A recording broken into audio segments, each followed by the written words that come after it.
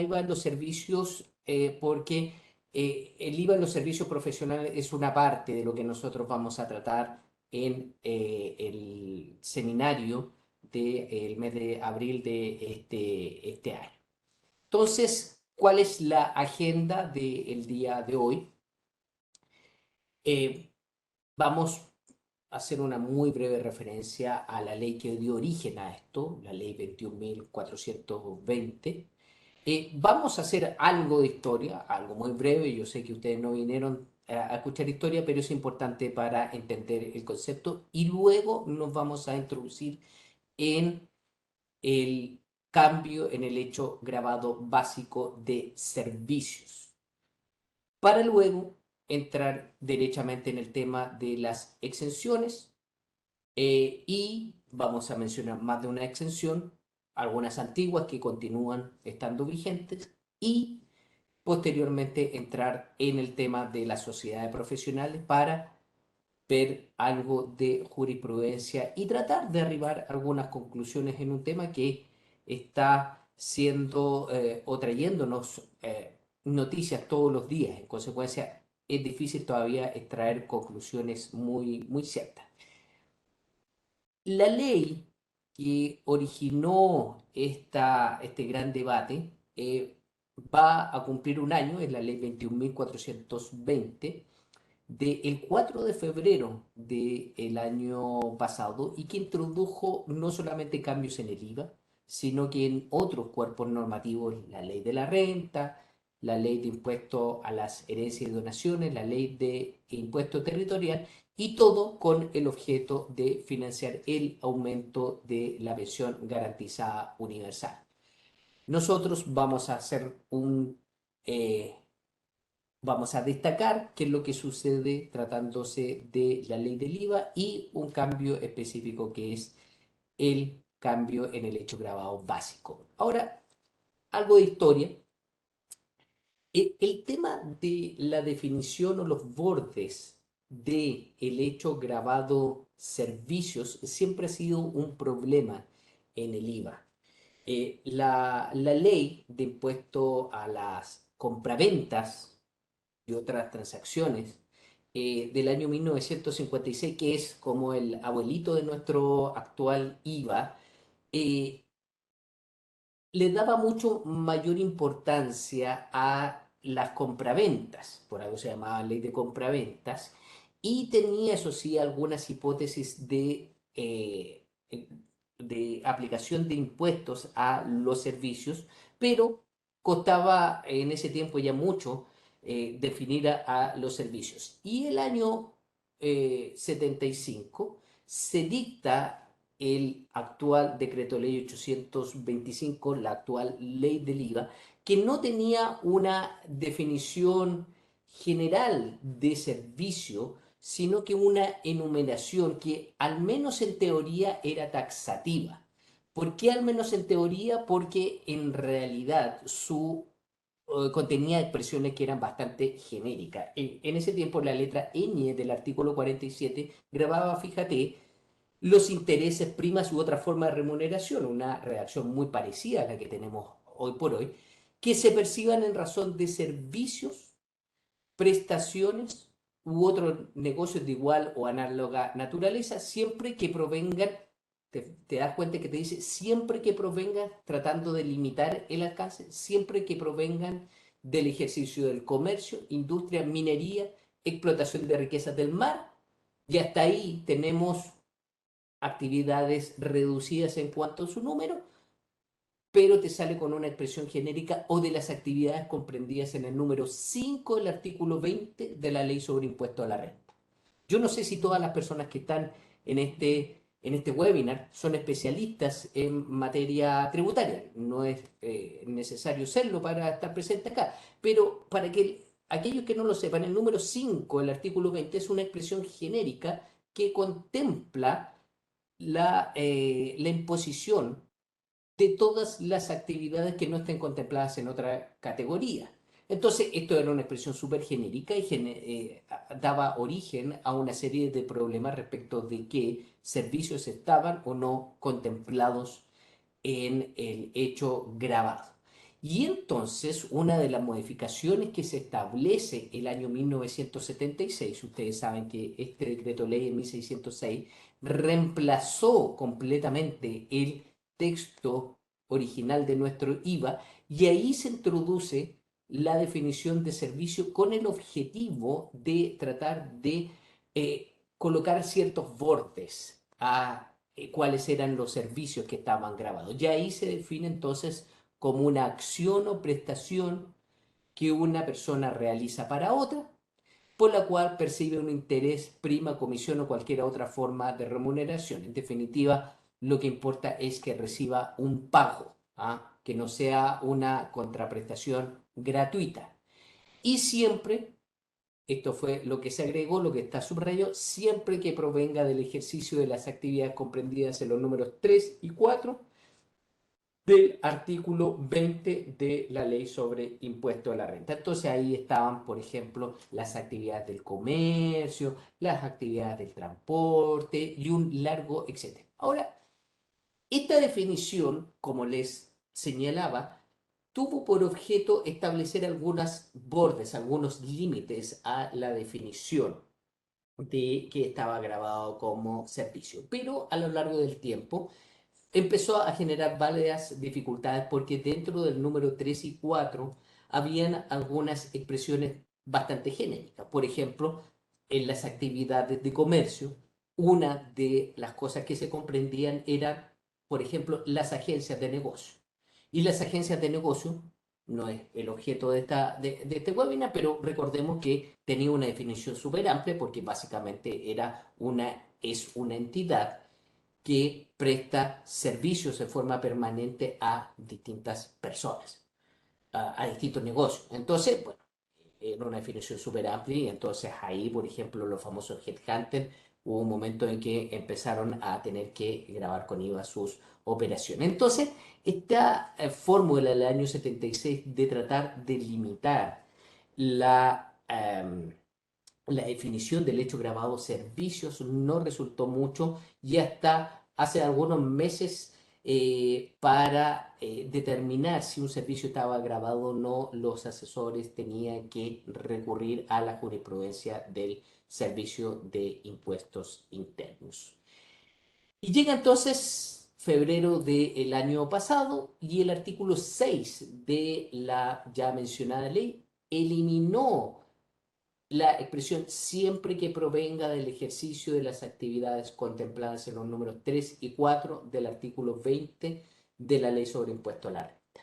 Y entonces, el servicio pasa a definirse como la acción o prestación que una persona realiza para otra y por la cual percibe un interés, prima, comisión o cualquier otra forma de remuneración. Es decir, una definición tremendamente amplia, tremendamente amplia. ¿Ah? Ahora, evidentemente esto es un gran cambio en lo que nosotros contemplábamos como en la operatoria del IVA y en consecuencia no se quiso que la ley entrara en operación inmediatamente y se fijó como fecha el 1 de enero del año 2023. Entonces, claro, cuando muchos de ustedes estaban dándose el abrazo del año nuevo, el mundo tributario está diciendo, ¡oh, feliz año nuevo! Entró en vigencia el nuevo concepto del hecho grabado básico de servicios, lo cual generó una serie o ha generado una serie de consultas al Servicio de Impuesto Interno y también sorpresa por parte de varios contribuyentes que notan que en algunos servicios ahora le está saliendo o le podría salir más caro. ¿Y por qué? Porque se le está aplicando el IVA. ¿Ya? Entonces, hoy por hoy, los requisitos para que tengamos un hecho grabado básico de servicio son bastante pocos, lo cual genera bastante regocijo entre los estudiantes porque se tienen que aprender pocos requisitos. Básicamente, recuerden, debe existir una acción o prestación. Recuerden ustedes que si es que hay un deber de abstención o una obligación de abstención, eso no está grabado con IVA. Esta prestación debe ser a título oneroso, es decir, yo debo recibir una contraprestación, un pago por este servicio que estoy realizando, por esta acción. Si lo hago solamente como un favor, no hay IVA, obviamente. Y hay un tema de territorialidad, ¿cierto? El servicio debe ser prestado o utilizado en territorio nacional. Entonces, normalmente ahí lo que se ha señalado es que el servicio utilizado en territorio nacional cuando la persona que recibe el beneficio está situado acá en Chile y es prestado cuando la persona el contribuyente que presta el servicio está ubicado acá en Chile. Y recuerden además, estimados, que tratando de servicios no es requisito, a diferencia del hecho grabado básico de ventas, la habitualidad. Acuérdense que tratándose de ventas, nosotros hacemos todo un análisis de cuándo se entiende que la persona es habitual o no. Ese análisis no lo hacemos tratándose de servicio, por favor, recuérdenlo. ¿Ya? Ahora, se señala por parte del Servicio de Impuestos Internos, razonablemente, que la ley 21.420 no derogó las exenciones que ya estaban vigentes. Entonces, vamos a hacer referencia a algunas de estas exenciones que existían y que siguen aplicándose, ¿ah? Y que podrían ser, que podrían haber estado olvidadas, pero que van a ser muy utilizadas actualmente. Bueno, los ingresos que no constituyen renta, de acuerdo al artículo 17, y quizás una muy importante es la que está en la segunda parte de este número, los ingresos que están afectos al impuesto adicional del artículo 59, ¿ah? Es decir, cuando el prestador de servicios se encuentra fuera del país, no está domiciliado ni residente, entonces yo le tengo que pagar hacia el exterior, bueno, yo le tendría que retener el impuesto adicional. Entonces, la lógica de la ley opera en que yo o pago adicional o pago IVA, no que tenga que pagar los dos. Y acuérdense que hace algunos años se introdujo lo que está en la coma hacia allá, el salvo, porque lo que sucede es que debido a los tratados internacionales para evitar la doble tributación, había ciertas ocasiones en que el servicio podía estar afecto a impuesto adicional, pero en los hechos no se pagaba debido a la aplicación del tratado. Entonces se estimó que era una situación no conveniente, no razonable que ese servicio no pagara ni impuesto adicional ni IVA. Entonces se dijo, bueno, si es que debido a la aplicación del tratado no paga impuesto adicional, entonces deberíamos analizar el pago del IVA. ¿Ya? ¿Qué otra exención sigue vigente y que es importante que ustedes la consideren? Bueno, los servicios prestados por trabajadores que laboren solos, ¿ya? En forma independiente y en cuya actividad predomine el esfuerzo físico sobre el capital o los materiales empleados. Esta exención normalmente tan, eh, no es tan utilizada porque lo que normalmente las personas se amparan es en la exención que vamos a ver en unas láminas más, que es la relacionada con el 42 con el artículo 42, que dice relación con los que pagan el impuesto de segunda categoría, los trabajadores dependientes y los trabajadores que son independientes. Entonces, una exención bien importante y que quizá el título está mal acá, que está vigente porque en realidad no existía antes, son los servicios y prestaciones de salud. ¿Ah? Pero fíjate, te dice servicios, prestaciones y procedimientos de salud ambulatorios. Ambulatorio, esto nos recuerda a ambulancia, ¿cierto? Que es un vehículo que se traslada. Ah, bueno, esto no es tanto que sean ambulatorios que se trasladen, pero en el fondo lo que te dice la norma es que se deben proporcionar sin alojamiento, sin alimentación, ¿ya? O tratamientos médicos para recuperar la salud propia de prestadores institucionales de salud. Pero tienen que ser siempre ambulatorios. El Servicio de Impuesto Interno interpretó esta exención en la circular 50 del año pasado. Eh, y claro, bueno, estableció los requisitos generales, básicamente, acá lo importante es que no se otorguen estas prestaciones ni con alojamiento o pernoctación, que la persona no pase la noche y que no se dé el servicio de alimentación. Ahora, para circunscribir aún más esta exención y para saber o entender cuándo estamos frente a esta exención, el Servicio de Impuestos Internos en esta circular lo que señala es que las prestaciones de salud deben estar incluidas, y aquí estoy mirando mi torpeo, en los aranceles de modalidad de atención institucional o en los aranceles modalidad libre elección, que son listados de prestaciones de salud que todos los años el Ministerio de Salud junto con el Ministerio de Hacienda valorizan. Entonces el Servicio de Impuestos Internos entiende que si esas prestaciones están dentro de este listado, bueno, entonces razonablemente corresponden a prestaciones de salud y si son ambulatorias, entonces están exentas del IVA. Y todo en la medida, además, que sean prestados por profesionales por profesionales capacitados de salud de acuerdo a las normas del Código Sanitario. Ahora, claro, hay un montón de profesionales que son bastante indiscutibles que pueden prestar estos servicios, médicos, matronas, aquellas personas que tienen título universitario. Pero recuerden que el ejercicio de la medicina no solamente es privativo de instituciones universitarias o el ejercicio de acciones de prestación de cuidado de la salud no es privativo de solamente profesionales universitarios. Entonces, hay ocasiones en donde el mismo código sanitario lo que te exige para tú dar una prestación de salud es que tengas una autorización de la Seremi de Salud, que va a ser uno de los elementos, en definitiva, que en un procedimiento de fiscalización va a primar para ver si tú estás dentro de esta exención. También se incluye todas aquellas cosas que están dentro de la cuenta que te manda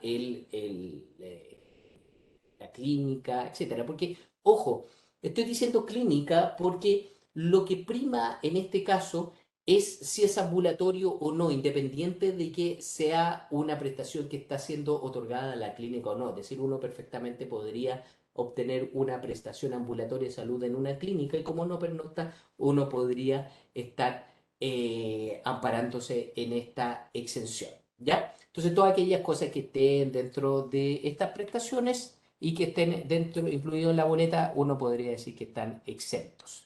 Y se dejó expresamente afuera los servicios de laboratorio.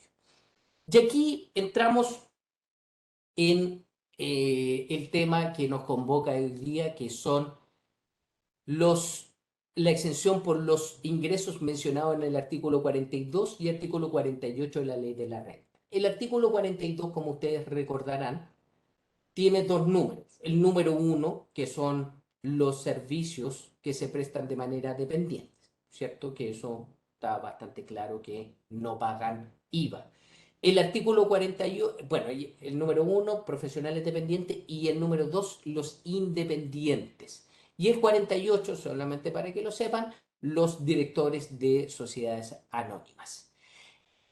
En rojo está destacado una frase que fue agregada por la ley 21.420, que dice que para estos efectos quedan comprendidos los ingresos de sociedades de profesionales referidos en el número 2 del artículo 42 de la ley sobre impuesto de la renta, aun cuando hayan hayan tomado la opción de declarar su renta de acuerdo a las normas de primera categoría. Entonces, como existe la posibilidad de no pagar IVA en la medida que tú seas sociedades de profesionales, resurgió la inquietud respecto de qué eran las sociedades de profesionales y cómo constituirse como sociedades de profesionales. ¿Ya?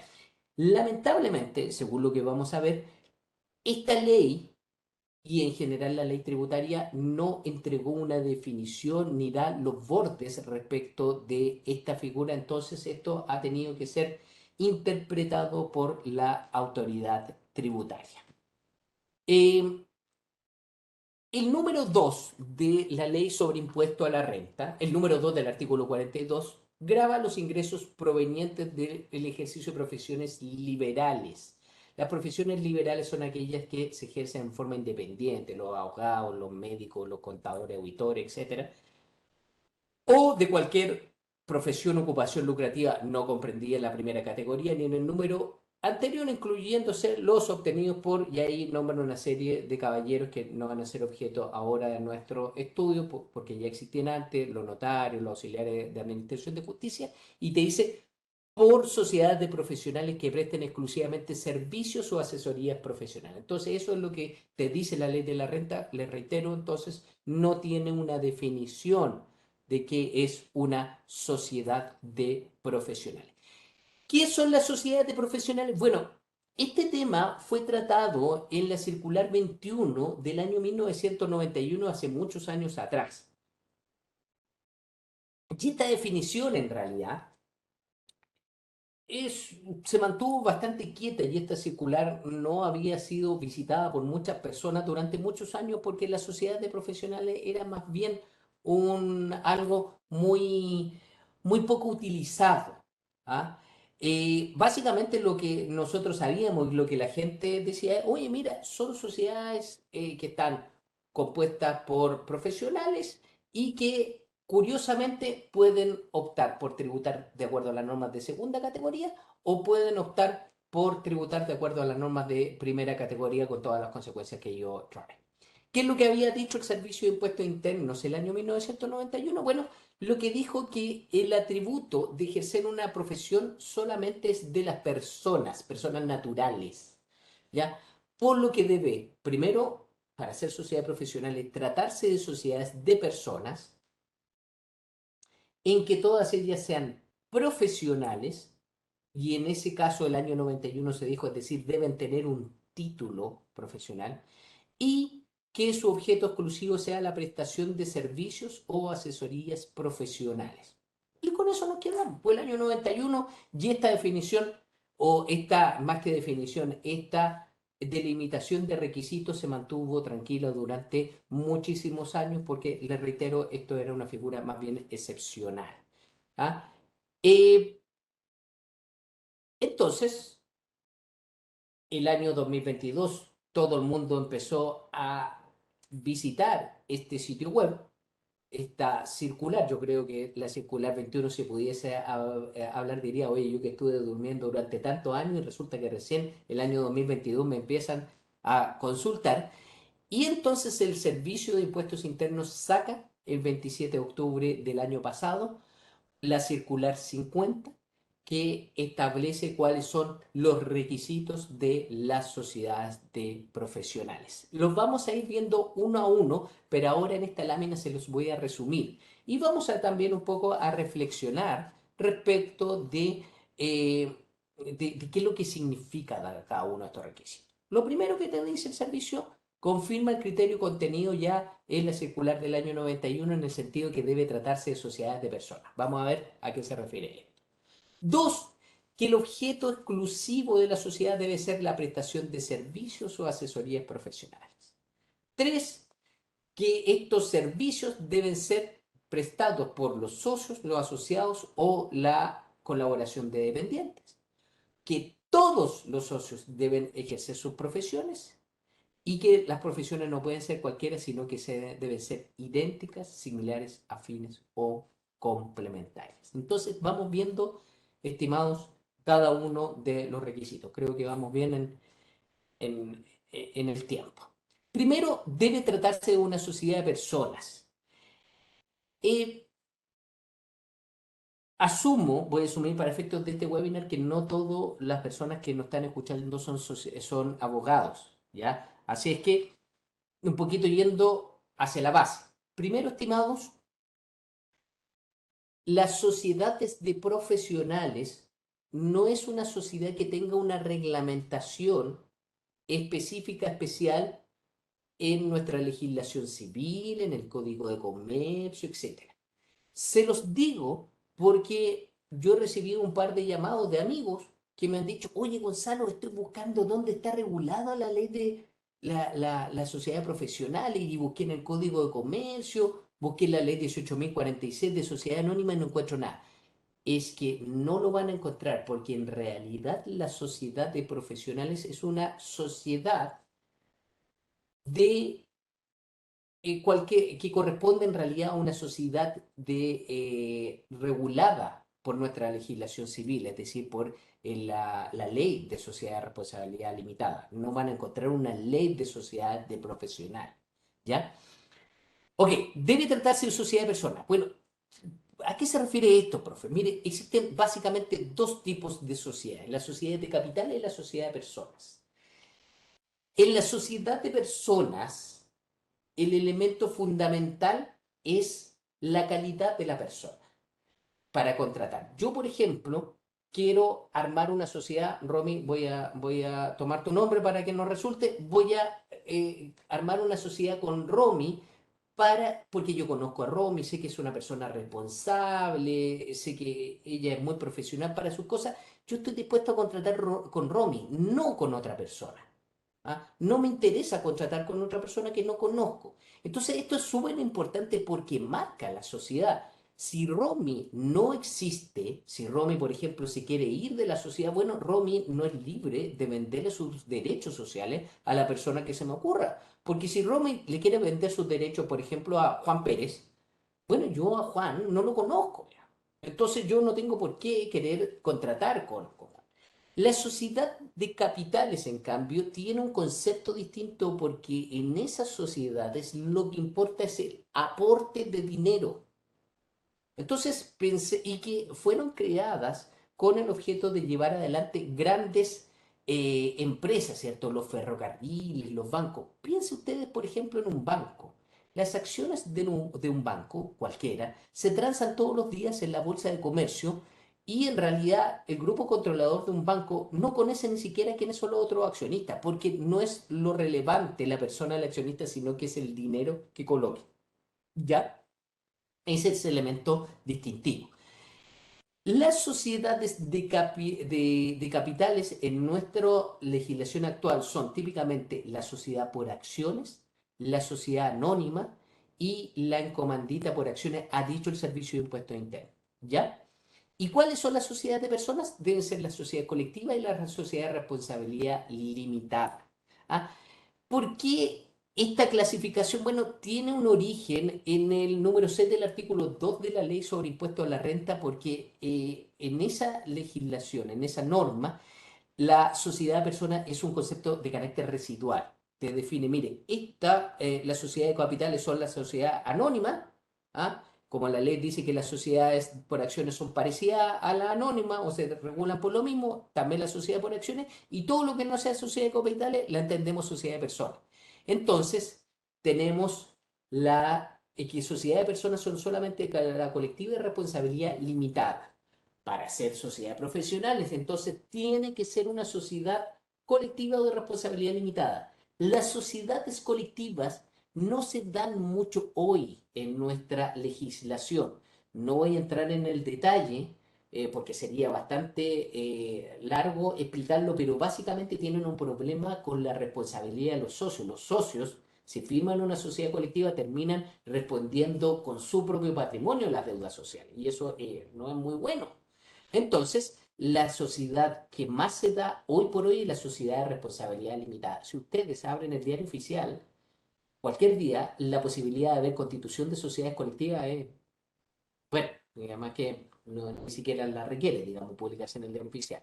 ¿Ah? Pero, pero si se requiriera, no habría mucho. Entonces, básicamente, sociedades profesionales tienen que ser sociedades de responsabilidad limitada. Profe, ¿me sirve la sociedad por acciones? No. Oye, es que yo tengo una sociedad anónima, no me sirve, porque no es una sociedad de personas. Oye, el profesor, y yo tengo una empresa individual de responsabilidad limitada conocida como EIRL. ¿Me sirve? No. Oiga, ¿por qué? Porque la empresa individual de responsabilidad limitada se ha señalado tradicionalmente que no son sociedades. Las razones también son largas de explicar, pero se dice que no son sociedades. Entonces, hoy por hoy, para que usted tenga una sociedad de profesionales, tendría que ser básicamente una sociedad de responsabilidad limitada. Oiga, profe, pero es que yo soy uno. Bueno, claro, si es que es uno, ahí no puede constituir una sociedad de responsabilidad limitada, porque la sociedad de responsabilidad limitada obedece el concepto clásico, es decir, tienen que ser dos o más socios. Ah, perfecto, yo tengo 100 socios. Ah, no, lo que pasa es que también tiene un límite de socios. No puede tener más de 50.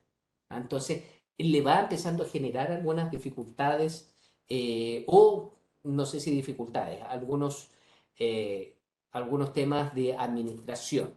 Ahora, ojo,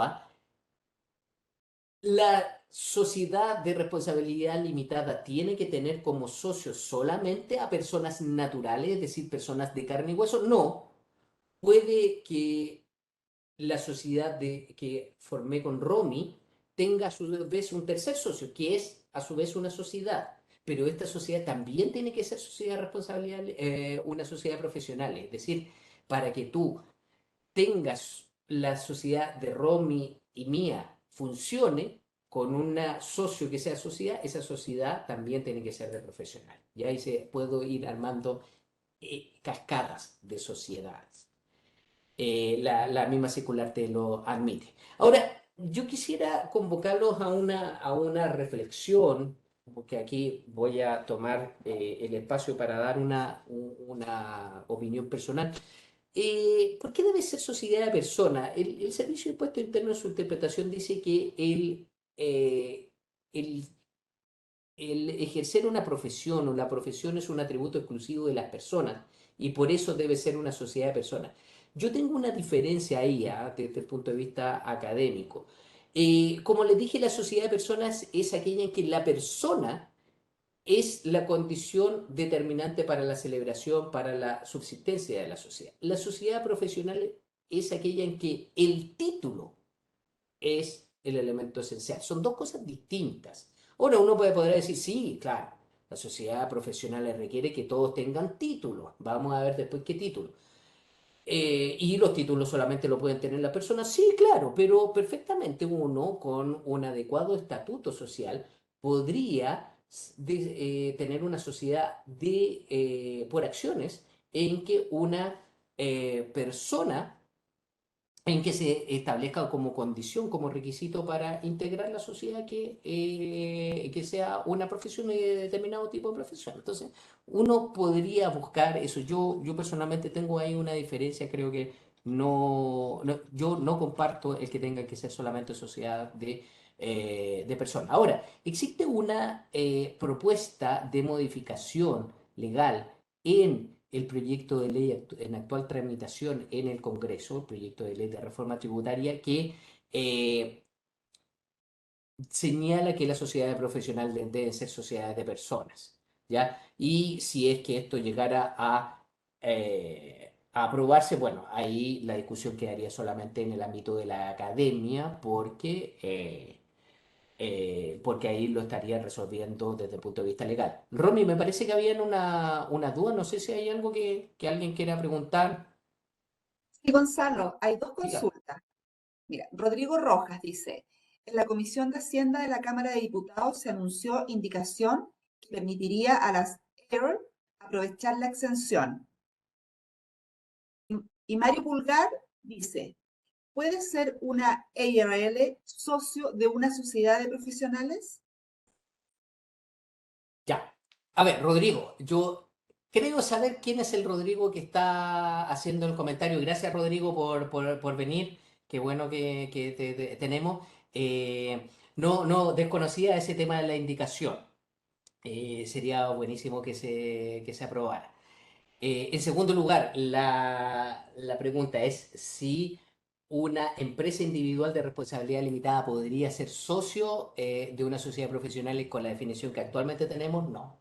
No, porque para ser que una sociedad de profesionales se asocia de otras sociedades profesionales, ambas pueden serlo, y la empresa individual de responsabilidad limitada ya dijimos que no, entonces se cae ese requisito, ¿ya? Así que no podría ser. Y El segundo requisito, Kevin, si existe una SPA que cumple... Ay, se me borró. ¿Qué decías, Kevin, Romy? Ahí estoy buscando el chat de Kenny. Es que Frederich estaba preguntando si las SPA, No, las SPA no. No, porque no son sociedades de personas. acá está.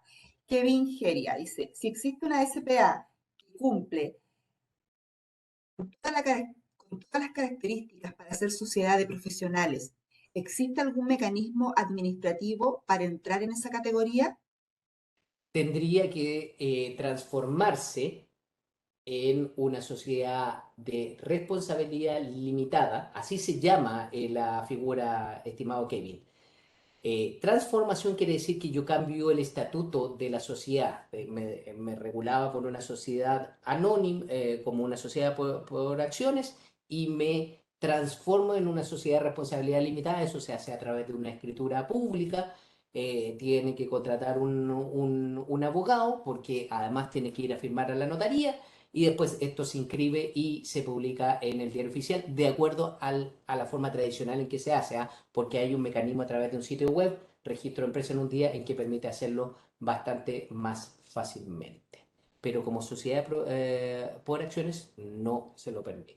Ahora, cabe decir, de nada, Kevin, cabe decir que el mismo Servicio de Impuestos Internos ha señalado, porque se le ha consultado, si este tipo de transformaciones podría ser constitutivo de abuso o simulación y ser aplicado a la norma general antielusión, y se ha señalado que no, inicialmente no. Evidentemente la respuesta no puede ser un no tan concluyente porque depende de las circunstancias, pero en general no debería ser considerado. ¿Ah? De hecho, les aprovecho de señalar que existe la resolución 115 del 30 de noviembre del 2022, que por tiempo no la vamos a alcanzar a revisar con mucho detalle, Kevin, pero que recomiendo hacerlo porque después de que tú hagas esa transformación, tienes que someterte a un procedimiento que está en el sitio web del Servicio de Impuestos Internos. Eh, ¿Sigo o hay más dudas? Hay más dudas. Ya, Sí. dale. Ya, Angélica Neto dice, profesor, consulta, una sociedad limitada con giro de inmobiliaria solo percibe arriendos. Se considera que quedará afecta si hasta diciembre del 2022 emite facturas exentas. El Servicio de Impuestos Internos envió un correo avisando que queda afecta, pero no es asesoría de profesionales, es arriendo de propiedades, su fuerte.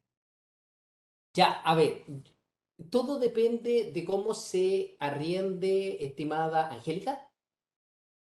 Sí, todo depende de cómo se arriende, estimada Angélica, porque recuerde que hay una exención del IVA cuando el arrendamiento es de bienes inmuebles sin amoblar.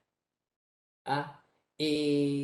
Entonces, el Servicio de Impuestos Internos lo que ha señalado es que eh, las exenciones que existían no fueron derogadas por la ley 21.420 y en consecuencia va a seguir rigiendo. Ahora, si este inmueble se arrienda amoblado o con instalaciones que permitan el ejercicio de una actividad comercial o industrial, eso está grabado. Pero está grabado no por el cambio de ley, sino que porque el artículo octavo letra G de la ley del IVA lo señala. Entonces, ahí hay que ver de qué forma se hace el arrendamiento. Sigamos con la letra B y después continuamos con las preguntas.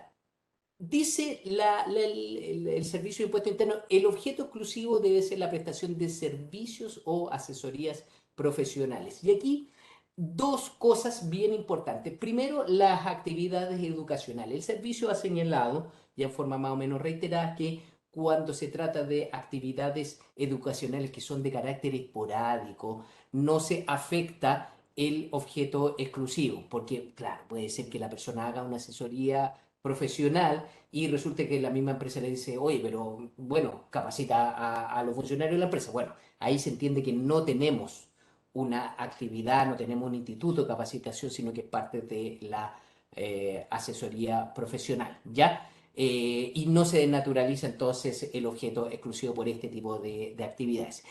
quizás lo más polémico es el tema de las inversiones. ¿Por qué? Porque, claro, lo que sucede es que muchas empresas con estudios jurídicos, consultoras, tienen un saldo de caja y no lo van a dejar bajo el colchón, sino que lo invierten para que esto genere rentas, para que protegerlo de la inflación. La misma circular 50 dice respecto a las inversiones, no se desvirtúa el giro exclusivo de prestación de servicios profesionales si la sociedad, con el fin de preservar sus flujos de caja y evitar su desvalorización, efectúa inversiones ocasionales, tomando, por ejemplo, depósitos a plazo, fondo mutuo u otros instrumentos de corto plazo. Ahora, eso evidentemente no es una autorización para que tú te dedicas a la inversión. Porque claro, si yo de forma permanente estoy transando y estoy comprando bon y cosas por el estilo, ahí se denaturaliza. ¿Dónde está el límite? Que siempre lo preguntan, eso es una cuestión de hecho que va a ser determinada en una fiscalización. Pero si yo logro demostrar que esto es una inversión meramente ocasional, de acuerdo a la circular, no debería tener problemas, pero harto ojo, hay que llevar las cuentas bien ordenadas. ¿Ah? ¿Qué otra cosa más? Los servicios deben ser prestados por intermedio de los socios asociados o colaboradores, ¿ya?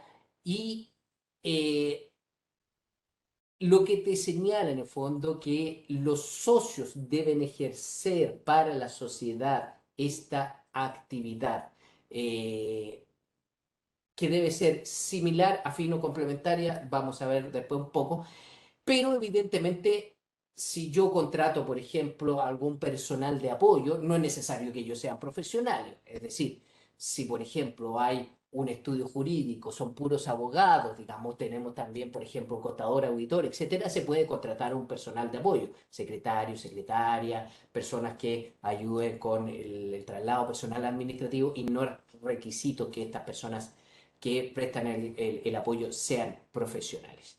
¿Qué más te dice la circular?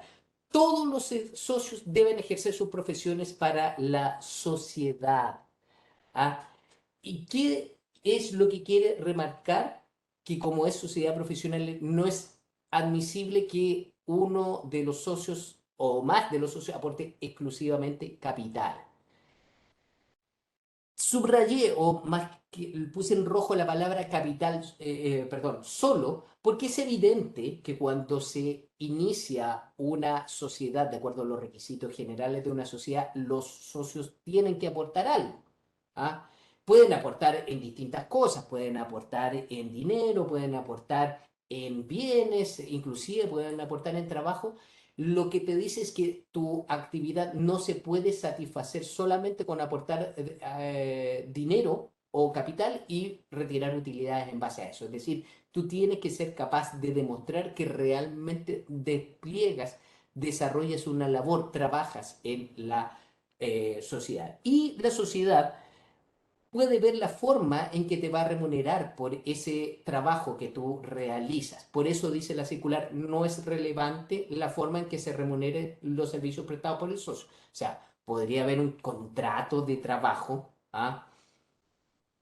podría darse el famoso sueldo patronal, que es aquel donde la empresa contrata a uno de los socios, podría ser por el retiro de utilidad, da lo mismo, da lo mismo, pero tiene que haber un ejercicio de la profesión y evidentemente esto lo tengo que tratar de poder demostrar. Ahora, como esto es un punto de hecho, yo tengo que saber demostrarlo en el ejercicio, en una fiscalización. Entonces, ¿qué es lo que pasa? Por ejemplo, me llamaba esta semana una persona, me decía que ellos están modificando su sistema de asignación de trabajo para que quede registrado qué persona realiza cada trabajo. Y esto es un sistema informático que tienen dentro de su empresa para llevar el debido resguardo. Ya, y lo otro es que te dice que las profesiones de los socios deben ser idénticas, médicos, médicos, similares, afines, complementarias. Y ahí caben entonces, por ejemplo, consultoros, abogado, contador, auditor, médico, kinesiólogo, enfermera, etcétera, etcétera.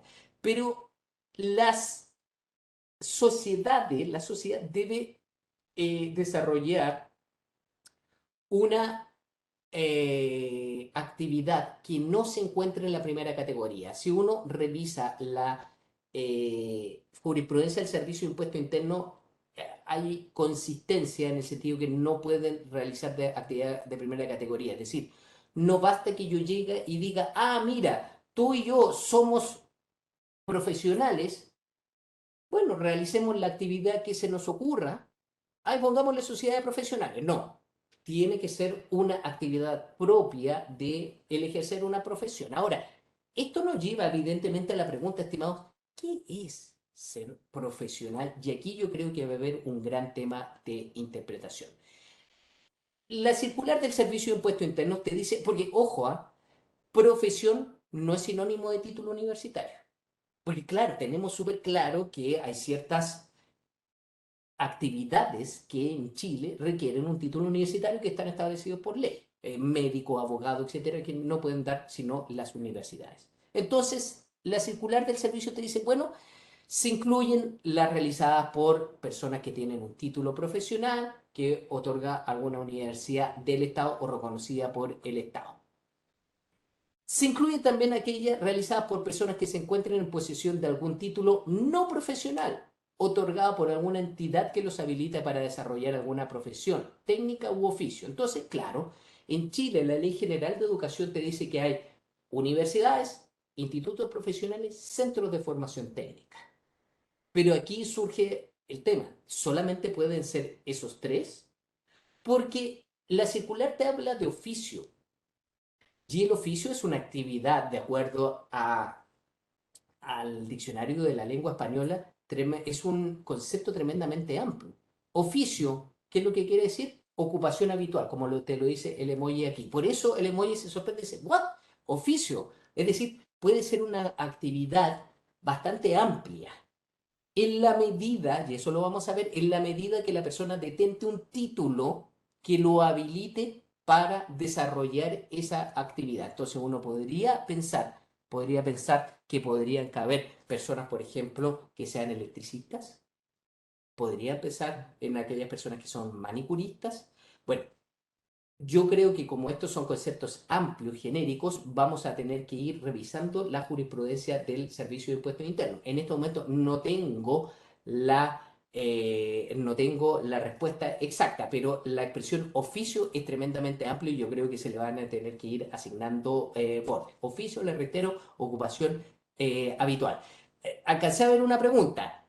Claramente tiene que tener un título. En eso sí la jurisprudencia es bastante clara. Vamos a ver algo de jurisprudencia. No sé, Romy, si es que quieres...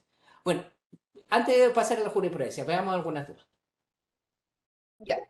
Francisco Fuente Alba dice, en relación a sociedades antiguas que tienen inversiones como bienes raíces que generan rentas, el proyecto parece ser que considerará que tales ingresos no superen el 10% de los ingresos profesionales. Eso me dice el proyecto, contempla, A ver, repito, a ver. En porque relación a hoy por hoy no establece ese límite, Francisco.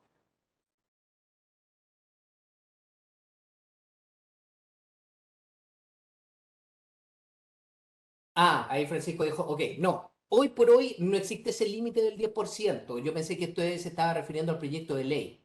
Me pareció escuchar el proyecto de ley, pero no, la circular no hace referencia a ese límite, es decir, no es que hoy por hoy diga, ah, mira, tengo hasta un 10% de los ingresos en inversión en bienes raíces para que me lo acepten. No, hoy por hoy no está. En el proyecto, bueno, eso es claro, es ley referenda y es algo que es una noticia en desarrollo. Démosle. Jimmy Paul dice, ¿los socios de sociedades profesionales deben ser siempre empleados de la misma sociedad o pueden ser contratados por otra sociedad? No, bueno, primero que todo, la ley no te habla de que deban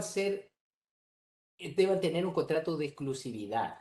O en la secular tampoco te dicen que. Entonces, perfectamente uno podría pensar en un abogado, por ejemplo, eh, que trabaja en dos sociedades de profesionales. Y en la medida que se pueda demostrar que realiza labores para ambas, no debería haber problema. Es como una especie de infidelidad laboral, podríamos decir. Jorge Orellana dice, ¿una EIRL que se dedica a servicios de capacitación puede quedar exenta? Como sociedad profesional, no. Como sociedad profesional, no. Ahí tendríamos que analizar si procede la exención por los servicios de capacitación en general, sí, pero no le quiere decir un sí tajante porque, como en todo caso, hay que analizarlo con un poco más de profundidad. Juan Benvenuto pregunta, si creo una sociedad de profesionales, ¿puedo quedar exento de primera categoría? Por ejemplo, una actividad de asesoría de ingeniería. No, puede quedar exento de IVA en los servicios profesionales, pero no exento de primera categoría. Ahí aplicamos la ley de la renta. María José Álvarez Lam dice, hola, buenas tardes. Si una persona natural, no domiciliada ni residente en Chile, presta servicios desde el extranjero que son utilizados en Chile, ¿tendría que pagar IVA? Si la respuesta es afirmativa, ¿los debe retener y pagar el beneficiario del servicio? En general sí, estimada, ¿cómo se llama? María José Álvarez. Estimada María José, sí, en general sí. Ahí hay que hacer varias distinciones. Podría ser que esta persona, dependiendo del servicio, estuviera registrada para hacer un procedimiento simplificado de declaración. eh, y también recuerde siempre cuando se trata de una persona que está domiciliada o residente en el extranjero para analizar su situación, revisar los tratados internacionales para evitar la doble tributación. ¿Seguimos?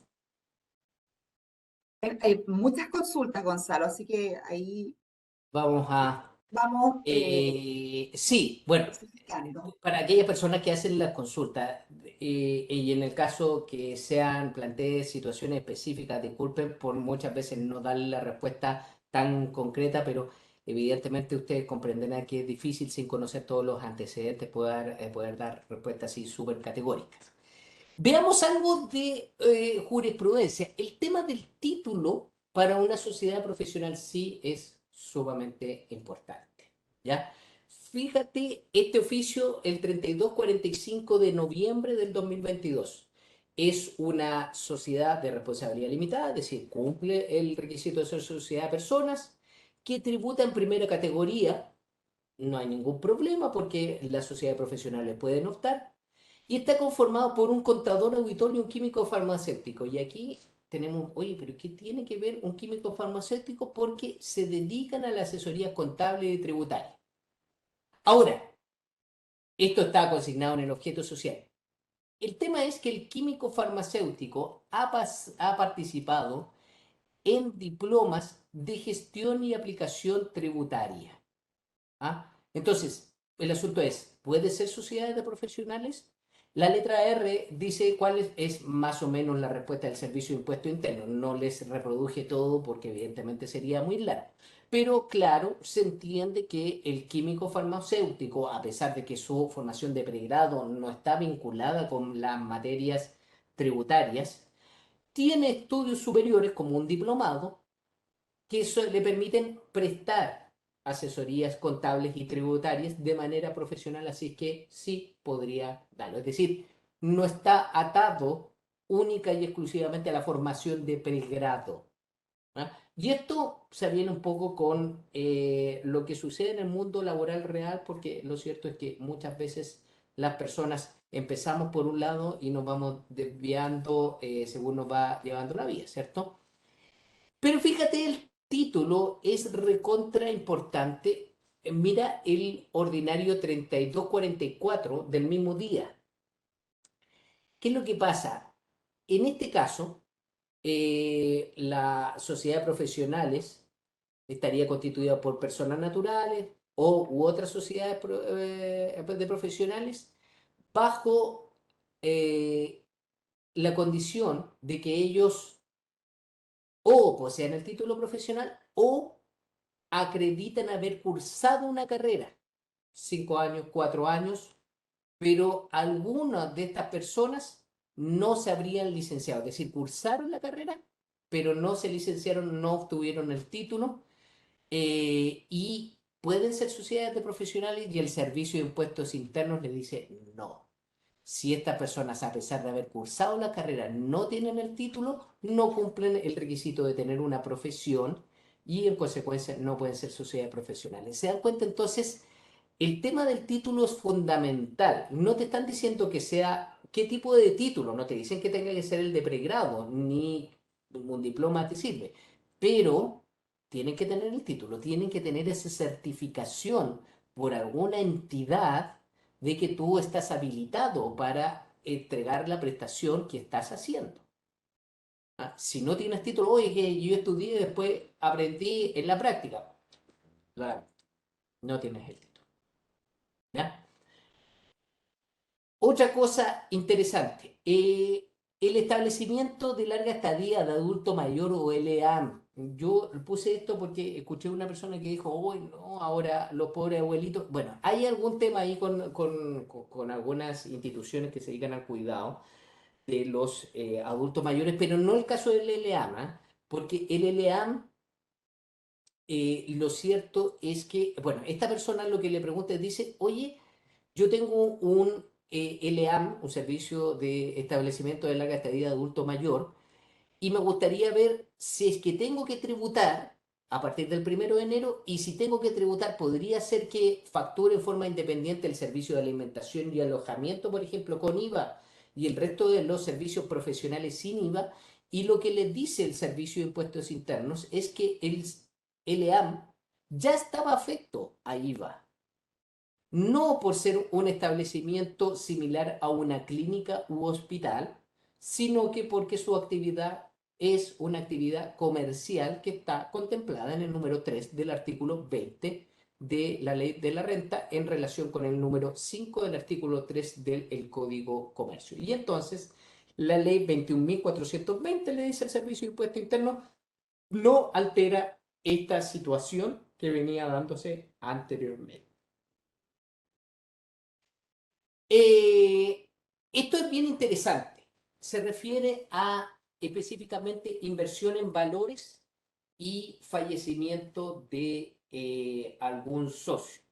Primero, la sociedad hace dos preguntas. El tema del giro exclusivo, específicamente en particular por la inversión de valores que se acumulan en la sociedad, por ejemplo, en depósito a plazo. La consulta, al menos lo que yo vi, no te dice si es en forma muy recurrente, no te habla de un porcentaje, no. Entonces, la respuesta del servicio es: una persona jurídica no puede tributar como sociedad profesional si realiza alguna actividad clasificada en el artículo 20 de la Ley de la Renta, aun que sea meramente rentística. Es decir, si yo en forma permanente estoy dedicándome a obtener rentas del 20 número 2, claro, ya dejé de ser una sociedad que me dedico exclusivamente al servicio profesional. Pero te vuelvo a reiterar lo establecido en la circular. No se afecta a si tú realizas inversiones ocasionales de corto plazo con el fin de preservar los flujos de caja y evitar su desvalorización.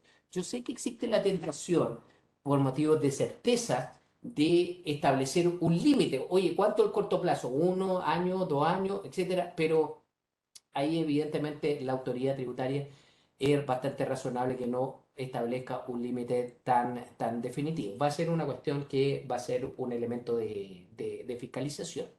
Y esto es bien interesante. Oye, tenemos una sociedad de puros profesionales, sociedad de responsabilidad limitada, puros abogados, por ejemplo, y fallece uno de los abogados. Bueno, en las sociedades de personas, de acuerdo a la ley, el fallecimiento de uno de los socios conlleva la disolución de la sociedad, es decir, la sociedad cae en causal de disolución. Pero nada obsta a que en los estatutos, que es lo que normalmente ocurre, de la sociedad en la escritura de constitución, se haya puesto que la sociedad continúa con los herederos. ¿Ya? Entonces, perfectamente, los hijos de este abogado que falleció van a continuar en la sociedad, representando en alguna medida al abogado. Pero ¿qué pasa si esos si esos herederos no son profesionales o si son profesionales no son de profesiones idénticas, complementarias. Eh, no sé, po, el hijo del abogado fue marino mercante, ¿ah? Que tiene una habilitación, digamos, de marino mercante, pero que no dice mucha relación con lo que se dedica. Bueno, el Servicio de Impuestos Internos dice que a raíz de este fallecimiento se está incumpliendo el requisito de que todos los socios ejerzan las profesiones para la sociedad, porque parece bastante evidente que el marino mercante, salvo que tenga estudios relevantes en derecho, no va a poder ejercer en el estudio jurídico, y entonces dicha sociedad deja de ser sociedad de profesionales y va a tener que empezar a estar afecto a IVA. ¿Ya? ¿Qué otra más? Ah, el tema del notario. ¿Ah? Se le preguntó por los notarios. Se dice, la renta proveniente de la actividad de los notarios, sea que se presten como personas naturales u organizados a través de sociedades profesionales, se encuentran exentas por la aplicación de la norma del número 8 del IVA. Ahora, lo cierto es que la respuesta está en el entendido que la ley permitiera a los notarios operar como sociedades de profesionales, pero lo cierto es que los notarios en general operan como personas naturales. Así que en el caso de los notarios no es muy necesario hacer este ejercicio de analizar si son sociedades de profesionales o no, porque, no, porque operan de otra manera. ¿Ya? Y el tema de el corretaje de propiedades. La, hay una sociedad que constituirá, dice, en el futuro como sociedad de responsabilidad limitada, compuesta exclusivamente por socios que son corredores de propiedad y con el objeto exclusivo de servicio de corretaje. ¿Puede ser considerada una sociedad de profesionales? Ya. Este oficio, que salió hace re poco, es bastante escueto y te dice, mira, la sociedad constituida por personas naturales dedicadas al corretaje no cumple con los requisitos para ser calificada como sociedad profesional. Y te cita como fundamento este antiguo oficio del 1947 del 2012. Bueno, y este oficio fue bien criticado porque se dijo, oh, bueno, pero ¿cómo es el asunto? Pero si un corredor también puede tener una habilitación, hay cursos de corretaje de propiedades. Y en realidad el fundamento del Servicio de Impuesto Interno no es el hecho de que no pueda tener una certificación. El fundamento, si uno lee el oficio 1247 del 2012, es que en realidad la actividad del corretaje de propiedades, salvo situaciones bien especiales, no es una actividad de segunda categoría, sino que es una actividad de primera categoría. Y ya les había señalado que en la medida que yo realice actividades que claramente son de primera categoría, ¿ah? Por mucho que mi sociedad sea de puros abogados, puros ingenieros, etcétera, no puede ser sociedad profesionales porque no voy a estar realizando una actividad profesional. ¿Ah? Y ese es el fundamento del servicio de impuestos internos. No quiero meterme mucho en el tema del procedimiento porque lo vamos a ver con mucho más detalle cuando tengamos el seminario sobre IVA en los servicios, pero sí decirles, estimados, que tomen muy en consideración la resolución exenta 115 de noviembre del año pasado, que instruye sobre el procedimiento para el registro de sociedades de profesionales. ¿Cuál es el tema de esto? Es que como evidentemente hubo un gran entusiasmo por esta figura de la sociedad de profesionales, el Servicio de Impuestos Internos estableció un procedimiento especial para que las personas den cuenta de que van a acogerse a esta figura, cuyo plazo vence en general hasta el 30 de junio de este año. ¿Por qué un procedimiento especial? Porque, bueno, uno de los elementos fundamentales para ser sociedad profesional es la información que yo le entrego al Servicio de Impuestos Internos respecto de las actividades que yo voy a hacer. Sí, sí, claro, yo puedo colocar en la escritura que voy a ser abogado, ¿ah? Un estudio jurídico. Pero claro, si en el código de actividad económica, que es la información que sabe el Servicio de Impuesto Interno, le coloco, voy a caricaturizar, compra-venta de ropa, evidentemente eso no es una actividad de carácter profesional, es una actividad de comercio y entonces van a saltar las alarmas. Entonces, usted no solamente tiene que cumplir en cuanto a las escrituras, al estatuto jurídico con el tener una sociedad de responsabilidad limitada, sino que debe dar la información adecuada al Servicio de Impuestos Internos. Y en ese sentido es fundamental lo que estableció la resolución exenta 115, que establece básicamente las figuras de qué es lo que sucede si la empresa era antes una sociedad de profesionales, pero quizás no le había dado la información adecuada al Servicio de Impuestos Internos.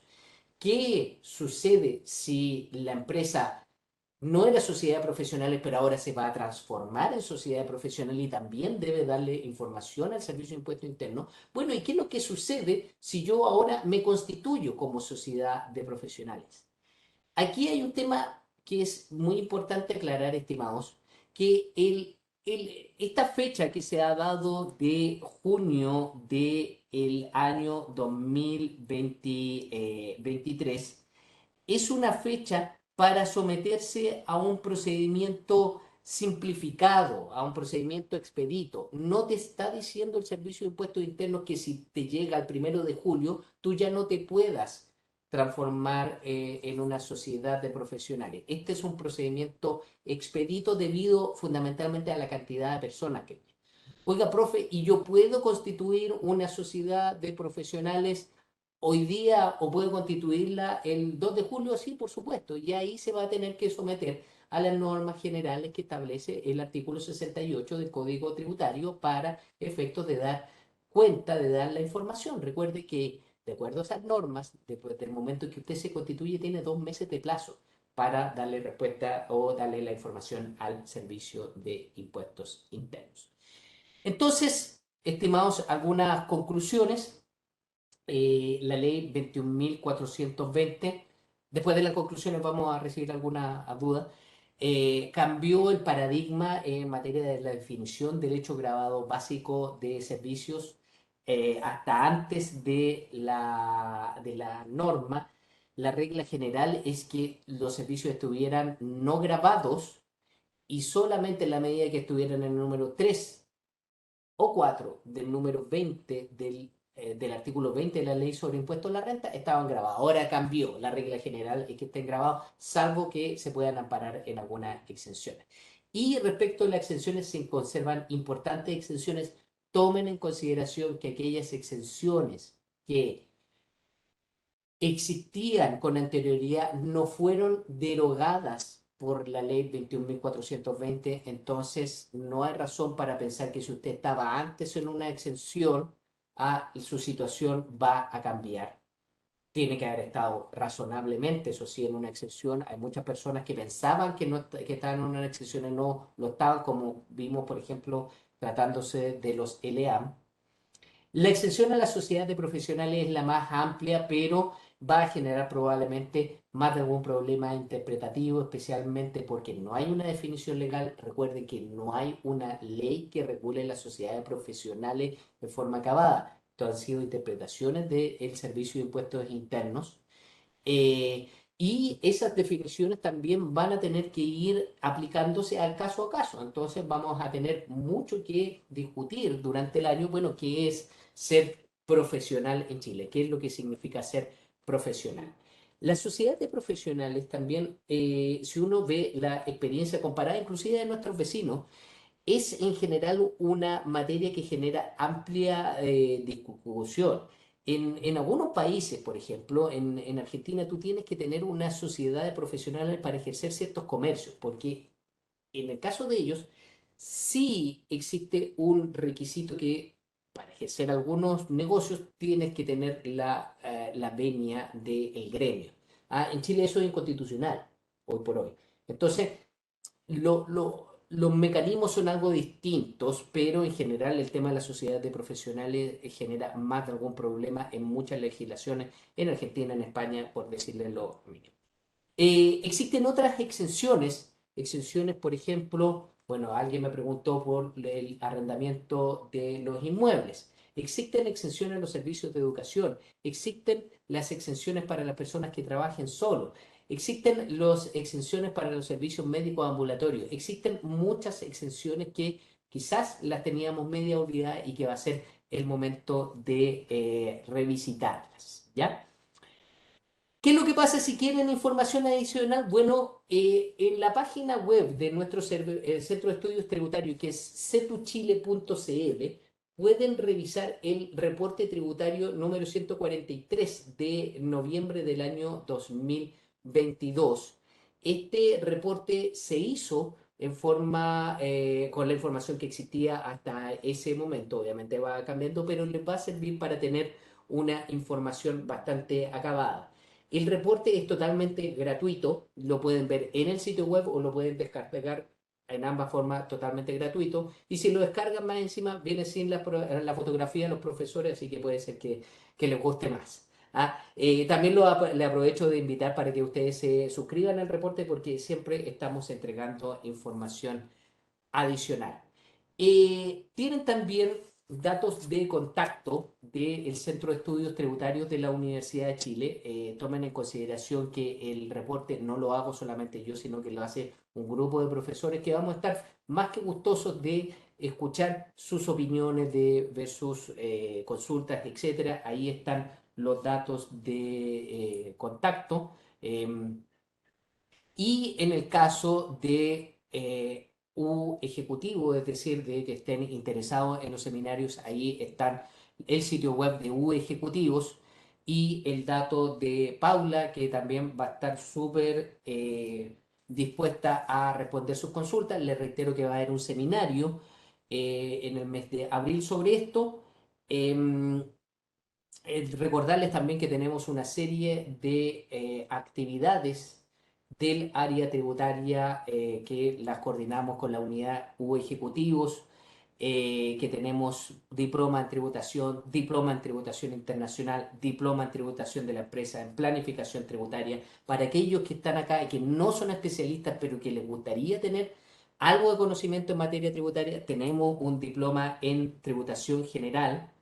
Tenemos un diploma convalidable al magíster en tributación y tenemos varios seminarios, porque si ustedes no quieren tener muchas horas destinadas o no pueden tener muchas horas destinadas al estudio, bueno, y quieren ver temas específicos, tenemos Operación Renta todavía abierto, vamos a hacer algo sobre el IVA, tributación para las pequeñas empresas, para los que son abogados, temas sobre recursos administrativos o qué hacer en el caso de que me vaya mal algún día en impuesto interno, IVA, la actividad inmobiliaria, venta, IVA y renta en la venta de bienes raíces porque puede haber algún inversionista inmobiliario.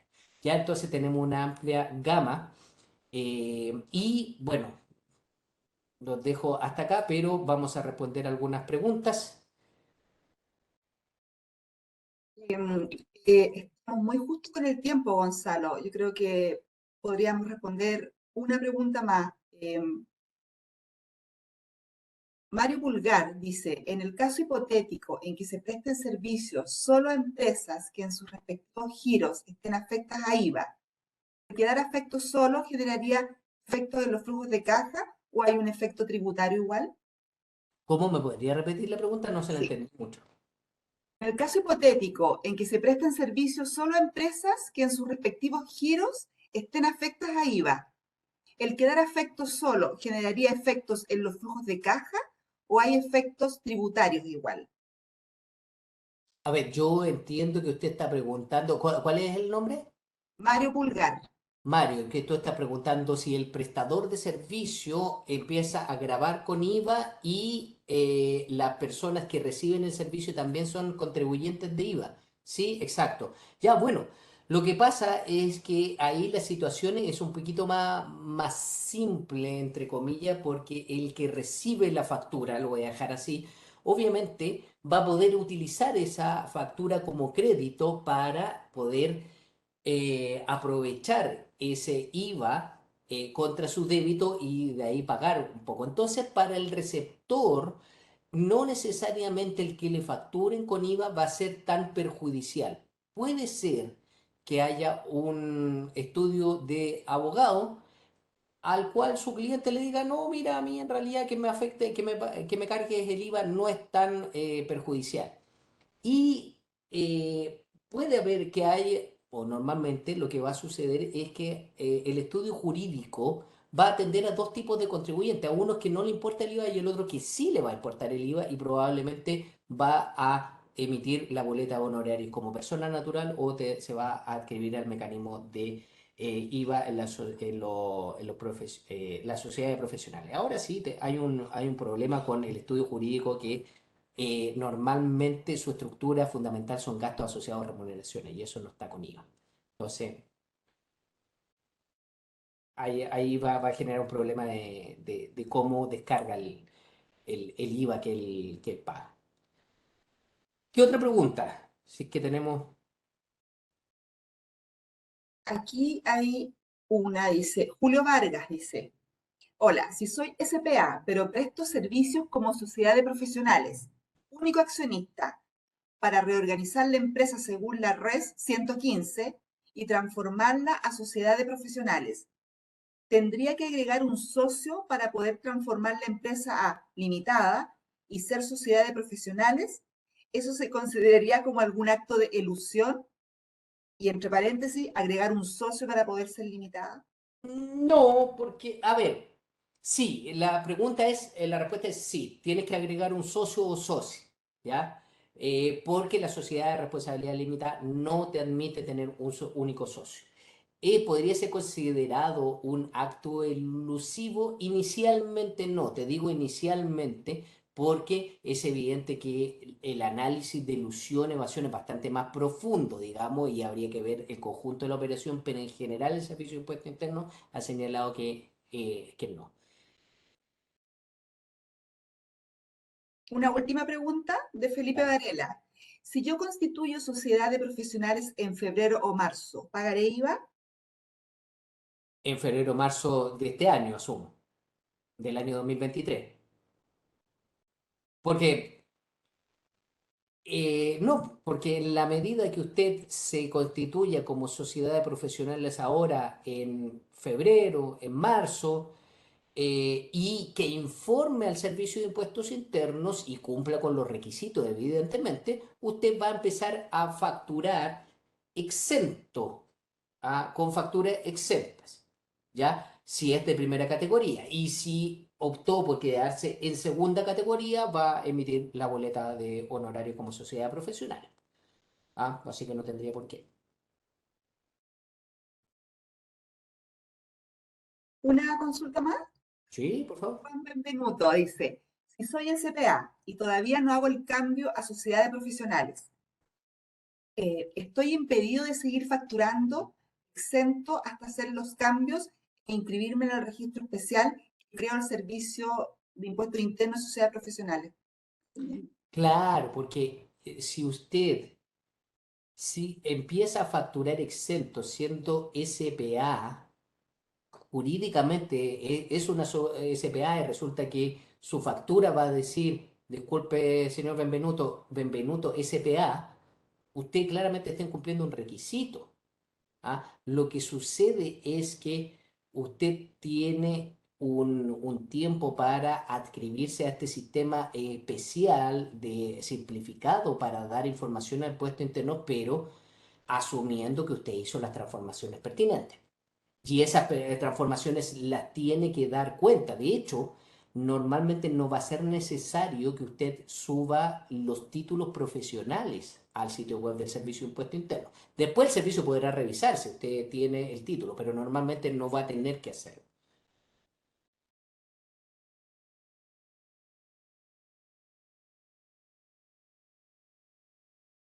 ¿Sí? ¿Estamos? ¿Sí? Estamos. Bueno, Sí. estimados, espero que les haya gustado. Los dejo nuevamente invitados a a visitar el sitio web del SET, a visitar el sitio web de U Ejecutivo, y a mantenerse en contacto y especialmente a mantenerse atento a todo este tipo de actividades, porque realmente es una noticia en desarrollo. María José, gracias, que me están escribiendo, María José, gracias Sí, a ti. Mario, muchas gracias a ti. Espero que les haya gustado y bueno, estén atentos a las próximas actividades. Así que les vaya muy bien. Chao, chao. muchas gracias. En el transcurso de los días enviaremos la grabación.